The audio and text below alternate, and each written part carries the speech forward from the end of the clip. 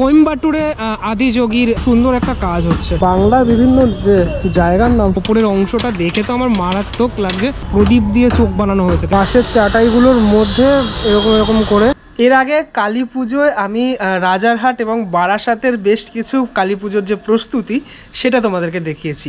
এবার আমার home town Madhyamgram, মানে বারাসাতের ঠিক আগেই মধ্যমগ্রাম, একই এলাকা, মানে বলতে গেলে জাস্ট কিছুটাই ডিস্টেন্স বারাসাতের আগের স্টেশন মধ্যমগ্রামের বেশ কিছু কালী পুজোর প্রস্তুতি আমি আজকে জাস্ট আমি বেরোচ্ছি বাড়ি থেকে বেরিয়েই তোমাদেরকে দেখাবো, কারণ আমার বাড়ির পাশেই অনেকগুলো পুজো হয়ে থাকে। তো আজকে আমি তো যাব আমার বাহনে করে, যদিও গাড়িটা অনেক মানে ধুলো হয়েছে, সময় পাচ্ছি না, গাড়ি ধোয়ার সময় মতো এখনো পাচ্ছি না সময়টা। এখন যে প্যান্ডেলটাতে আমি যাব সেটা আমার বাড়ির একদম সামনেই, ঠিক আছে। আমি আজকে পুরো মোটো ব্লগিং সেট আপে রয়েছি, এই প্রথমবার তোমাদের সামনে মোটো ব্লগিং সেট আপ। আর এই সেট আপে ব্লগ তোমরা দেখতে পাবে, আগামী দিনে দেখতে পাবে। দেখো, এটা হচ্ছে দোলতলা এরিয়া, ঠিক আছে।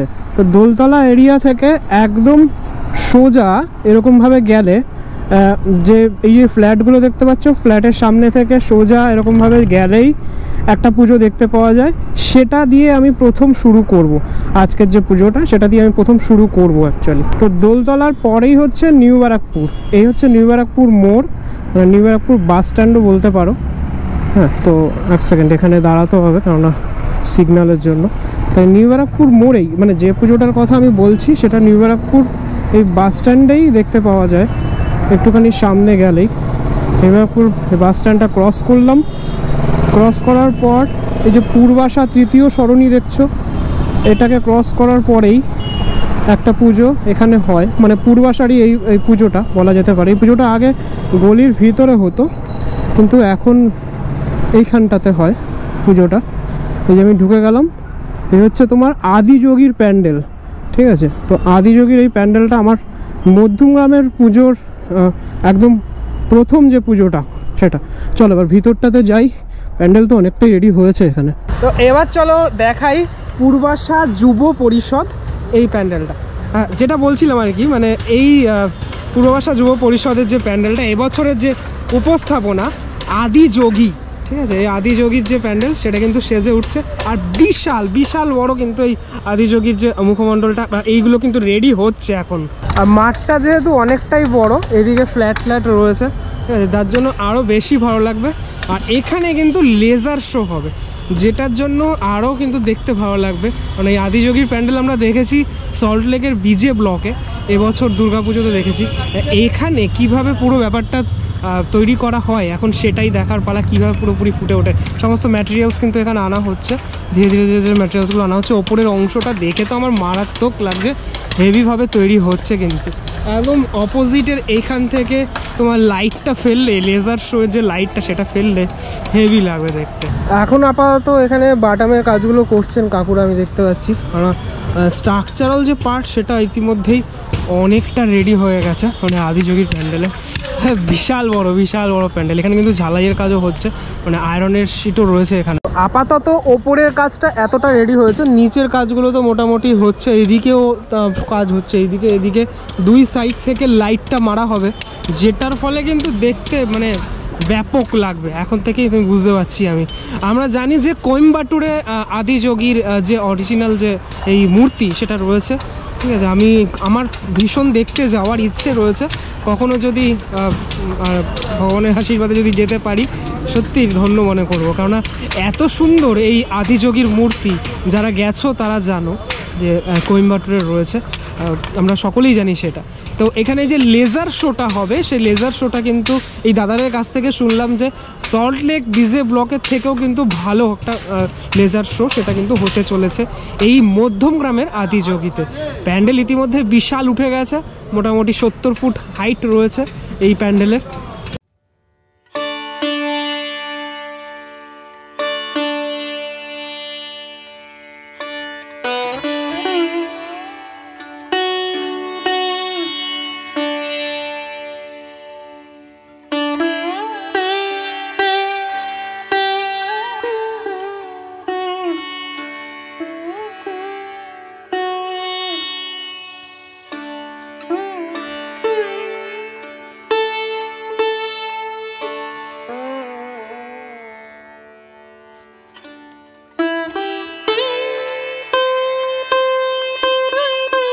হচ্ছে আমরা সবাই জানি বারাসাতেও কিন্তু আদিযোগী হচ্ছে।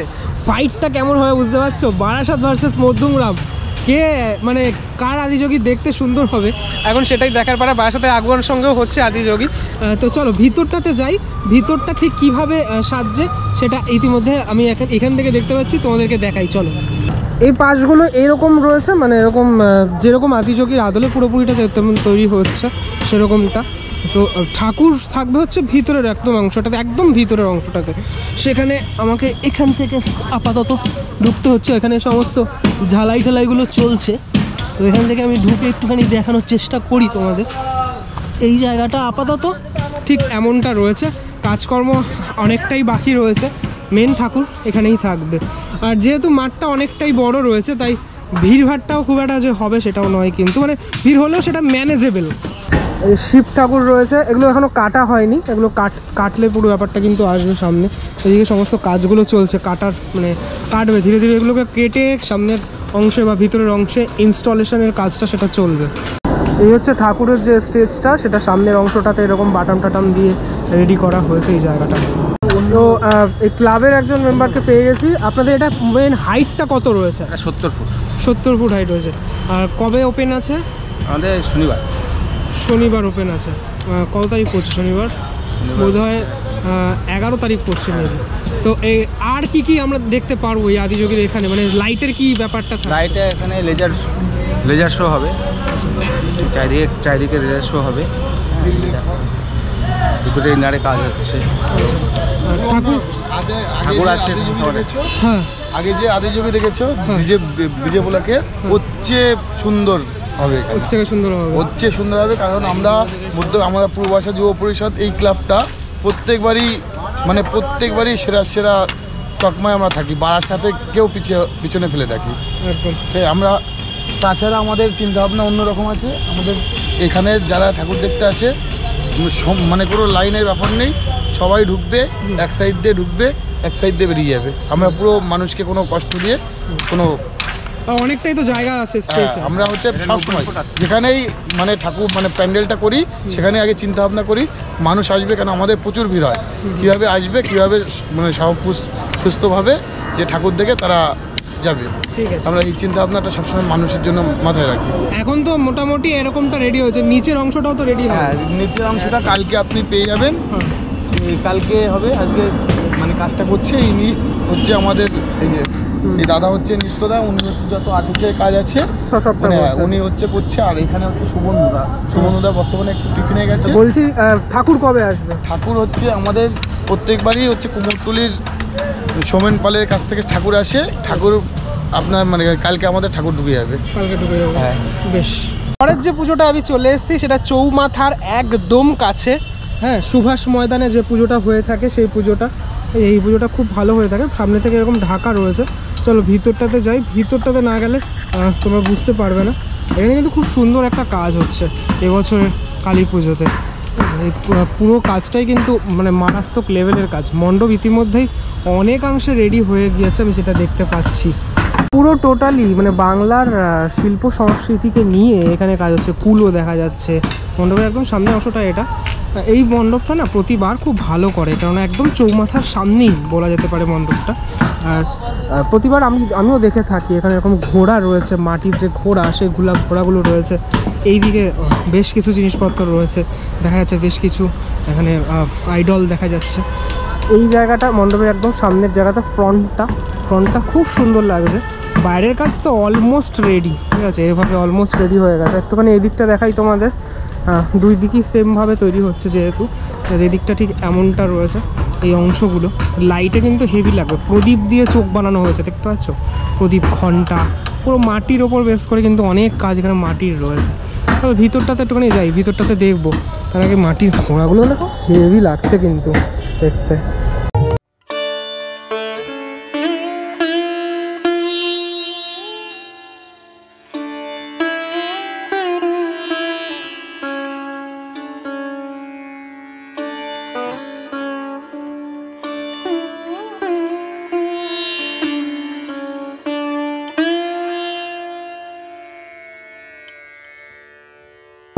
ঢোল টাইপের কিছু একটা এরকম বাজাচ্ছে, দেখতে পাচ্ছি কাজ এখানে চলছে। এই বাঁশের চাটাইয়ের মধ্যে দাদারা কাজ করছে, কিন্তু সেটা দেখতে পাচ্ছি ইনস্টলেশনের কাজগুলো চলছে। কিন্তু এখানে এই ফুলের যেগুলো আর কি লাল লাল সেগুলোকে লাগানো হচ্ছে। এই হচ্ছে ঢোকার মুহূর্তে ঠিক এমনটা। ওপরের এই অংশগুলোতে লাইট সেট আছে, ঠিক আছে, হারিকেন তারপরে এরকম ধরনের লাইট সব সেট রয়েছে এখানটাতে। আর ভিতরটাতে এখনো অবধি ঠিক এমনটা কাজ এগিয়েছে। আমি যদি দেখাই তোমাদের, এই দুটো সাইড এরকম কুলো দিয়ে আর এরকম ধরনের জিনিস দিয়ে, আর ভিতরটা ঠিক এমনটা রয়েছে। সব জিনিসপত্রগুলো ম্যাটেরিয়ালসগুলো এরকম রাখানো রয়েছে। ওপরটা কিন্তু হেভি, হ্যাঁ, এখানে আলাদা কালার, ওপরের যে কালারটা আলাদা। দুই সাইডটা ঠিক এমনটা মায়ের চালচিত্র টাইপের, দেখতে পাচ্ছ। আর ওখানটাতে ঠাকুর থাকবে। কাজ চলছে এখানে, যারা শিল্পীরা কাজ করছেন এখানে অনেক জিনিসপত্র। এখানে দেখো সিংহের মুখোশ, এদিকে অনেক জিনিসপত্র, অনেকটা ওয়াইডলি ব্যাপারটা, কাজটা খুব বৃহৎ আকারের কাজ, ঠিক আছে। এই হচ্ছে তোমার ভিতরটা, পুরোপুরি ওয়াইডলি দেখালে বিষয়টা ঠিক এমনটা। পুরোপুরি যখন রেডি হয়ে যাবে তখন কিন্তু দেখতে বেশ ভালো লাগবে। তবে আমার বাইরের অংশের থেকে ভিতরের এই সিলিংটা বেশি ভালো লাগলো। সিলিংয়ে এখানে একটা লাইট রয়েছে, ঝাড় নয় কিন্তু ঝাড়ের মতো একটা লাইট রয়েছে। আর এই যে অংশগুলো দেখছো, মানে এই যে এইগুলো দেখছো, এগুলোও কিন্তু সব লাইটের অংশ, ঠিক আছে। লাইটগুলো যখন চলবে ভালো লাগবে। এখানে ফুল দিয়ে ঠিক এমনভাবে ডেকোরেট করা ব্যাপারটা। এই বাঁশের চাটাইগুলোর মধ্যে এরকম করে সাজানো, এটা দেখতে ভালো লাগে, মানে এরকম ধরনের কাজ। যাই হোক, এবছরের এই সুভাষ ময়দানের যে প্যান্ডেলটা, সেটা কিন্তু বেশ দারুণ হতে চলেছে, সেটাই আমি দেখলাম। এগুলো দেখে বেশ ভালো লাগছে কিন্তু দেখতে। আর ওখানে একটা মেলা হয়, ঠিক আছে, এটার সামনেই একটা মেলা হয়ে থাকে। মানে এই প্যান্ডেলটা দেখে তোমরা বিশাল আকারের যে মেলাটা সেটাকে উপভোগ করে তারপর বাড়ি যেতে পারো। প্রচুর ভিড় হয় এই প্যান্ডেলটাতে। এবার তোমাদের নেক্সট যে প্যান্ডেলটা সেটা দেখাই। লোকেশনটা বলে দিই, চৌমাথা থেকে সোজা আসবে সোলাস বলে একটা বিশাল বড় একটা প্রজেক্ট চলছে, সেটা দেখতে পাবে। আচ্ছা, পাশেই রয়েছে স্টার মল, ওই যে দেখা যাচ্ছে স্টার মল, এই মেরুন কালারের, তার সামনেই এখানে একটা পুজো হয়। লেখা রয়েছে কি নেই এখানে, শক্তি সংঘ। আচ্ছা, রাস্তাটা পার হতে হবে আমাকে। রাস্তা পার হয়ে আমি ভিতরে ঢুকে গেছি। সামনে দেখা যাচ্ছে রিক্সা, টানা রিক্সা দেখতে পাচ্ছি আমি সামনে একটা। আর এই হচ্ছে সব কাজবাজ চলছে, প্রসেসিং মণ্ডপ মেকিংয়ের কাজ চলছে।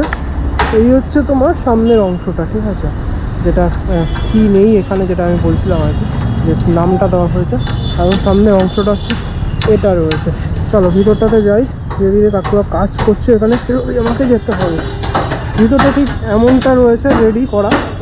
আর এখানে বিভিন্ন মানে বাংলার বিভিন্ন যে জায়গার নাম সেটা আমি দেখতে পাচ্ছি। কোচবিহার স্থাপিত 1950, আলিপুরদুয়ার স্থাপিত 1940, জলপাইগুড়ি স্থাপিত 1969, কালিম্পং স্থাপিত 2017। এর নিচে সব ছবিগুলো দেওয়া। আর হচ্ছে তোমার মেন মণ্ডপটা, যেখানে মায়ের অবস্থান হবে এই জায়গাটাতে।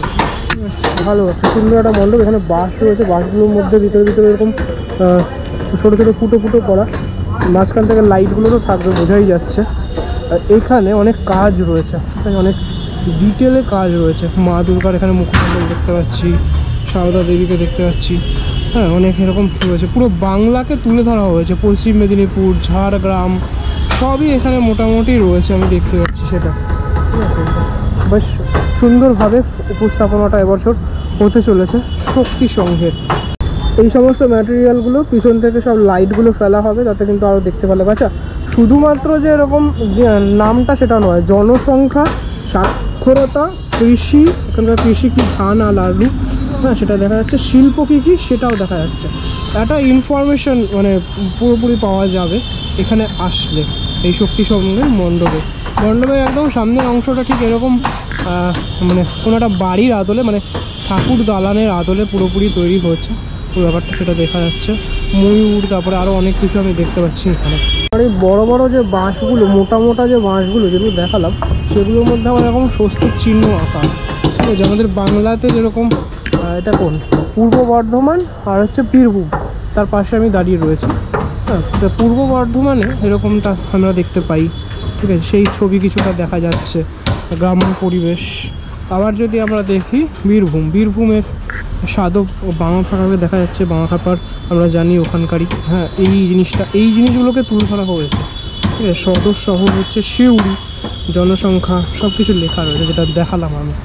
তো টোটাল বিষয়টা যদি ওয়াইডলি দেখাই তাহলে কিছুটা ঠিক এরকম, ঠিক আছে, পুরো ব্যাপারটা এরকমভাবে তৈরি হয়েছে। ভিতরের কাজটা এখনও অনেকটাই বাকি রয়েছে।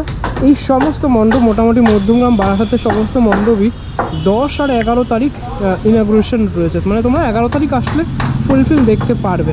এই ওপরের অংশটা টিনের এরকম শেড রয়েছে, ঠিক আছে, শেড দেওয়া টিনের এরকম শেড অ্যাসবেস্টাস টাইপের। তারপর পুরোটা এখানে অনেকগুলো স্তম্ভ আমি দেখতে পাচ্ছি, স্তম্ভগুলোর মধ্যেও অনেক কাজ হয়েছে এখানে। তবে সব থেকে যেটা বেশি ভালো লাগলো, এই কাজগুলো খুব নিখুঁত করা হয়েছে। এই যে ওপরে পেইন্টিংয়ের পরেও এখানে কিন্তু প্লাইয়ের বেশ কিছু এরকম ধরনের কাজ রয়েছে, ঠিক আছে। কাজ থেকে দেখানোর চেষ্টা করি। সারদা দেবীর একটি বাণী এখানে কিন্তু দেখতে পাওয়া যাচ্ছে, যদি শান্তি চাও কারো দোষ দেখো না, দোষ দেখবে নিজের, জগৎকে আপনার করে নিতে শেখো, কেউ পর নয় জগৎ তোমার। টোটাল এই মানে এরকম ধরনের প্রচুর কিছু কিন্তু এই মণ্ডপে দেখতে পাওয়া যাবে। যাই হোক, এই ভিডিওটাতে আমি জাস্ট তিনটে দেখালাম মণ্ডপ, তিনটে দেখালাম। কোনটা ভালো লাগলো সব থেকে বেশি সেটা আমাকে অবশ্যই জানিও। বারাসাতের তো পুজো দেখেছোই, আবার আমার এলাকা মধ্যমগ্রাম, আমার হোম টাউন মধ্যমগ্রাম, তার পুজো তোমরা দেখো। কারা কারা মধ্যমগ্রাম থেকে দেখছো কমেন্ট করে জানিয়ে দাও, নাকি একদিন পুজো মিটে গেলে একদিন সবার সাথে দেখা করার প্ল্যানে রয়েছি। আর অনেক নতুন সাবজেক্ট নিয়ে কাজ আসবে এবার, ঠিক আছে, সেটুকু বলতে পারি। চলো পরবর্তী ব্লগে দেখা হচ্ছে খুব শীঘ্রই, ততক্ষণের জন্য বিরতি নেব। ভালো থাকো সবাই, টাটা।